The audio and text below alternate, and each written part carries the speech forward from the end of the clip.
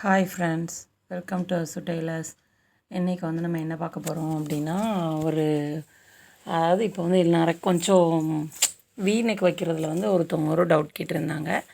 அதுக்காக தான் இந்த வீடியோ. இது வந்து நெக் வைக்கும்போது நார்மலாக நீங்கள் வந்து நெக்கு வந்து வரைஞ்சிங்க, அதாவது உங்கள் கழுத்து அகலத்துக்கு தகுந்த மாதிரி ஒரு 2.5 இன்ச் வச்சுட்டு, அதே மாதிரியே அந்த வர ஏரியாவும் 2.5 இன்ச்லேயே வச்சிங்கன்னா உங்களுக்கு வந்து வந்து கரெக்டாக வராது. அது வந்து ஒரு மாதிரி விரிஞ்ச மாதிரி இருக்கும்.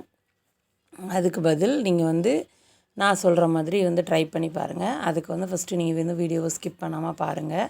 அப்போ தான் உங்களுக்கு வந்து புரியும் நான் என்ன சொல்லியிருக்கேன் அப்படின்றது. இதில் வந்து ஜஸ்ட்டு நான் மார்க்கிங், ஸ்டிச்சிங், கட்டிங் எல்லாமே நான் வந்து இதில் இன்க்ளூட் பண்ணியிருக்கேன். ஸோ நீங்கள் உங்களுக்கு பார்த்தீங்கன்னா உங்களுக்கு புரியும். நான் வழக்கமாக சொல்கிறது தான். நான் சொல்கிறத உங்கள் காதிலே வாங்காதீங்க. நீங்கள் நான் என்ன பண்ணியிருக்கேன்றதை ஃபஸ்ட்டு கவனமாக பாருங்கள். உங்களுக்கு வந்து அதிலேயே புரிஞ்சிடும். மேபி உங்களுக்கு புரியலை அப்படின்னா மட்டும் நீங்கள் வந்து நான் சொல்கிறத கேளுங்க. ஏன்னா ஒவ்வொருத்தவங்களுக்கு ஒவ்வொரு மாதிரி ஓடும். எனக்கு வந்து பார்க்குறது கண் பார்த்து கை செய்யணும்னு நினைப்பேன். அதனால உங்களுக்கு வந்து எது ஓகேவாக இருக்குதுன்னு பார்த்துக்கோங்க. இப்போது நான் கழுத்தில் வந்து எதுக்காண்டி லைட்டாக ஆழப்படுத்தியிருக்கேன் அப்படின்னா, அந்த நெக் ரவுண்டாக வர்றதுக்காண்டி தான். வேறு எந்த இதுவுமே கிடையாது. இந்த அளவு சட்டை வந்து கொஞ்சம் டிஃப்ரெண்ட்டாக இருந்தது. ஏன்னா ஏர்பட்டின்னு சொல்லுவோம்ல, அந்த மாதிரி இருந்தது. முன்னாடி கழுத்து சைடும் ஏறி இருந்தது, சேம் சைடு பட்டி சைடும் ஏறி இருந்தது. அந்த மாதிரி இருந்தது. ரொம்ப ஏர்பட்டியாக வச்சுருந்தாங்க. அதனால தான் கிராஸ் கட் வந்து இந்த மாதிரி இருக்குது. கட்டிங் வித்தியாசமாக இருக்குதுன்னு யோசிக்காதீங்க. இது நார்மல் கட்டிங் தான். மற்றபடி ஒன்றும் பிரச்சனை இல்லை. இந்த கொஞ்சோண்டி இதில் கைக்குழி வெட்டினது வந்து லைட்டாக, ரொம்ப வெட்ட வேண்டாம், லேசாக தான் நான் வெட்டியிருப்பேன். ரொம்ப வெட்டியிருக்க மாட்டேன். அதுக்காக தான் நான் அந்த சின்ன ஒரு வளைவு. இது வந்து பேக் பார்ட்டு. இதில் வந்து உங்களுக்கு பார்த்திங்கன்னா தெரியும் நான் அளவு எங்கே போட்டிருந்தேன் அப்படின்றது. இப்போ நான் முன்னாடி இப்போ இதில் வந்து ஒரு சின்ன டிஃப்ரென்ஸ் உங்களுக்கு காட்டியிருப்பேன். இப்படி போட்டிருந்தா எப்படி வரும், நல்லா விரித்து போட்டால் எப்படி வரும் அப்படின்றதுக்கு அந்த டிஃப்ரென்சியேஷன் தான் அது. அந்த 1/2 இன்ச் டிஃப்ரென்ஸ் வந்து உங்களுக்கு வந்து ரொம்பவே நீட்டாக இருக்கும் பார்க்குறதுக்கு. ஒரு டைம் நீங்கள் வந்து இது வரைக்கும் இப்படி ட்ரை பண்ணல அப்படின்னா ஒரு டைம் ட்ரை பண்ணி பாருங்கள். உங்களுக்கு வந்து ரொம்ப ஈஸியாக இருக்கும். போடுற ஃபினிஷிங் பார்த்திங்கன்னா அவ்வளோ அழகாக இருக்கும். ரொம்ப நீட்டாக இருக்கும். நீங்கள் ஒரு டைம் ட்ரை பண்ணி பாருங்கள். அதே மாதிரி ஸ்டிச் பண்ணும்போதும் கரெக்டாக அந்த இடம் வந்து எதில் வந்திருக்கு அப்படின்றத பார்த்து கரெக்டாக ஸ்டிச் பண்ணுங்கள். அப்போ தான் உங்களுக்கு வந்து ஈஸியாக இருக்கும். ஒரு டைமுக்கு இன்னொரு டைம் நீங்கள் கூட நல்லா பார்த்துட்டு கூட இது பண்ணுங்கள். அந்த வருதில்ல, அந்த முக்கில் தான் கரெக்டாக அந்த ஸ்டிச்சிங் வரைக்கும் கரெக்டாக கட் பண்ணிங்க அப்படின்னா உங்களுக்கு ரொம்ப கரெக்டாக வரும் அளவு. நீங்கள் வந்து ரொம்ப தள்ளி தைச்சிட்டிங்கன்னா கழுத்து வந்து ரொம்ப விரிவாயிரும். ரொம்ப கரெக்டாக உள்ளே தள்ளி தைச்சிங்கன்னா, அதாவது வெட்டும் போதே நீங்கள் வந்து இதை சரி பண்ணிடணும். அப்புறம் தான் தைச்சி போடும்போது நமக்கு வந்து ரொம்ப அழகாக இருக்கும். ஒரு டைம் நீங்கள் வந்து இது வரைக்கும் ட்ரை பண்ணல அப்படின்னா கூட இந்த டைம் இனிமேல் தைக்கிற ப்ளவுஸ் வந்து இந்த மாதிரி ட்ரை பண்ணி பாருங்கள். உங்களுக்கு ரொம்ப ஈஸியாக இருக்கும். இப்போது வந்து நார்மலாக இவங்க வந்து வேறு எதுவுமே சொல்லலை. ஜஸ்ட் ஒரு லேஸ் மட்டும் தான் வைக்க சொல்லியிருந்தாங்க, அவ்வளோதான்.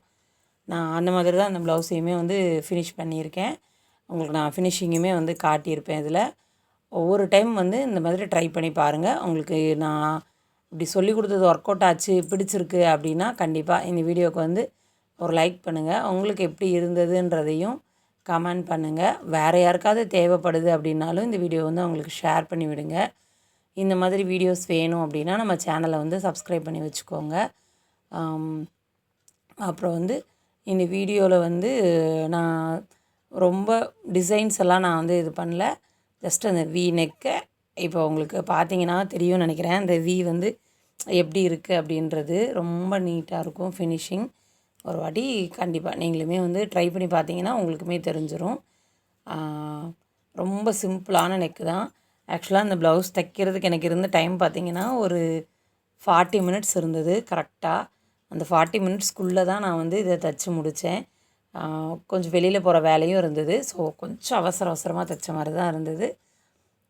வேறு வழியும் இல்லை. நான் கொஞ்சம் வெளியில் போக வேண்டியது இருந்ததுனால நான் அதையும் வேறு கரெக்ட் டைமுக்கு போகணுன்றதுனால கொஞ்சம் அவசரமாக தைச்சேன். இந்த ப்ளவுஸுமே கொஞ்சம் அவசரமாக தான் கொடுத்துருந்தாங்க. ஆக்சுவலாக அவங்க கேட்டது வந்து மறுநாள் தான். நான் வந்து நாள் ஊருக்கு போக வேண்டியது இருந்ததுனால தான் இது வந்து கொஞ்சம் அவசரமாக தைக்கிற மாதிரி இருந்துச்சு. மத்தபடி வேறு ஒன்றும் இல்லை. இப்போ வந்து நான் ஃபுல் ப்ளவுஸையும் காட்டலை, உங்களுக்கு வந்து எரிச்சலாக இருக்குன்றதுனால. இதை வந்து நான் அடுத்த லேஸ் வைக்கிறது தானே உங்களுக்கு சொல்லிக் கொடுக்கணுன்றதுனால லேஸ்க்கு போயிட்டேன். ஸோ இப்போ வந்து கைக்கு மட்டும் லேஸ் ஸ்டிச் பண்ணிவிட்டு, கைக்கு தைக்கும்போது எப்போவுமே ஃபுல்லாக தைக்காதீங்க. அப்படி தைச்சிங்கன்னா கை போடும்போது மொத்துன்னு இருக்கும், உங்களுக்கு வந்து அறுக்கும். அப்படி இல்லாமல் நீங்கள் வந்து கரெக்டாக அங்கேயும் இங்கேயும் அந்த தையலுக்கு விட்டுருப்பீங்கள ஒரு 1.5 இன்ச், அதை விட்டுட்டு தைச்சிங்க அப்படின்னா நீட்டாக இருக்கும் உங்களுக்கு. அப்படி ட்ரை பண்ணி பாருங்கள். இதுவுமே வந்து ஒரு ஈஸியான ஒரு வே தான். ட்ரை பண்ணிங்கன்னா உங்களுக்கு வந்து புரியும். அதே மாதிரி நான் எப்போவுமே ப்ளவுஸ் தைக்கும்போது சொல்லியிருப்பேன், ஃப்ரண்ட்டோட தையல் அதாவது ஷோல்டர் தையல் வந்து ஃப்ரண்ட் சைடு போகாமல் பார்த்துக்கோங்க அப்படின்னு சொல்லி. ஃப்ரண்ட் சைடு போனால் ஃபினிஷிங் நல்லா இருக்காது. ஸோ அப்படி பார்த்துக்கோங்க. அப்புறம் கொஞ்சம் பட்டையான லேஸ் வைக்கும்போது அந்த வரும்ல அந்த இடத்துல கொஞ்சம் சுருக்கு வந்து கொஞ்சம் நல்லா வச்சுக்கோங்க. கொஞ்சம் சின்ன லேஸ், அதாவது ஒரு 1/2 இன்ச்சுக்கு கம்மியான லேஸ்னால் சுருக்கு கம்மியாக இருந்தாலும் ஓரளவுக்கு உங்களுக்கு வந்து வந்துடும் ஓகேவை. இல்லைன்னா கஷ்டப்படும். அதனால இது வந்து கொஞ்சம் பெரிய லேஸு. வீடியோவில் வந்து உங்களுக்கு ரொம்ப சின்னதாக தெரியலாம். அதனால் நீங்கள் வந்து கொஞ்சம் நீட்டாக அந்த சுருக்கை வந்து கொஞ்சம் இது பண்ணி வச்சுக்கிட்டிங்கன்னா உங்களுக்கு வந்து கரெக்டாக இருக்கும். ரொம்ப ஈஸி தான். பார்த்தீங்கனாலே உங்களுக்கு வந்து தெரியும். இன்னும் கஷ்டமாலாம் இருக்காது. ஜஸ்ட்டு ஒரு வாட்டி ட்ரை பண்ணி பாருங்கள். பார்த்துட்டு உங்களோட ரிவ்யூ என்னன்றதை சொல்லுங்கள். கண்டிப்பாக அவங்க எல்லாருக்குமே வந்து ஈஸியாக தான் இருக்கும். நான் ப்ளவுஸ் ஃபுல்லாமே ஃபினிஷ் பண்ணிட்டேன். இவ்வளோ தான். பார்த்தீங்கன்னா ரொம்ப சிம்பிளாக தான் இருக்கும். ஆனால் ப்ளவுஸ் போடும்போது அவ்வளோ லுக்காக அழகாக இருக்கும். இது வந்து அவசரமாக தைச்ச டிசைனு மாடலு அப்படின்லாம் யாருக்குமே தெரியாது. நாமளே வந்து ஒருத்தவங்க கொடுத்துருக்காங்க, கொஞ்சம் ஏதாவது டிசைன் வைக்க சொல்லியிருக்காங்கன்னா கூட அவசரத்துக்கும் கூட இதை நம்ம யூஸ் பண்ணிக்கலாம். இந்த மாதிரி அதாவது ரவுண்ட் நெக்கில் வைக்கிறத விட இந்த மாதிரி வீல வைக்கிறது வந்து ரொம்ப ஈஸியாகவும் இருக்கும், நல்லாவும் இருக்கும். அதுக்காக தான் அவங்களுக்குமே நம்ம ஏதோ மாடல் வச்ச மாதிரி ஒரு ஃபீல் இருக்கும். இதுதான் ப்ளவுஸுடைய அவுட்புட்டு. ரொம்ப ஈஸி தான். யாருக்காவது வேணும் அப்படின்னாலும் நீங்கள் வந்து கண்டிப்பாக ட்ரை பண்ணுங்கள். ட்ரை பண்ணி பார்த்துட்டு ரிவ்யூ என்னன்றதை சொல்லுங்கள். பார்த்தீங்கன்னா தெரியும் ஃபினிஷிங் எவ்வளோ நீட்டாக வந்திருக்குன்றத. ஓகே ஃப்ரெண்ட்ஸ், இன்னொரு வீடியோவில் பார்க்கலாம். பாய்.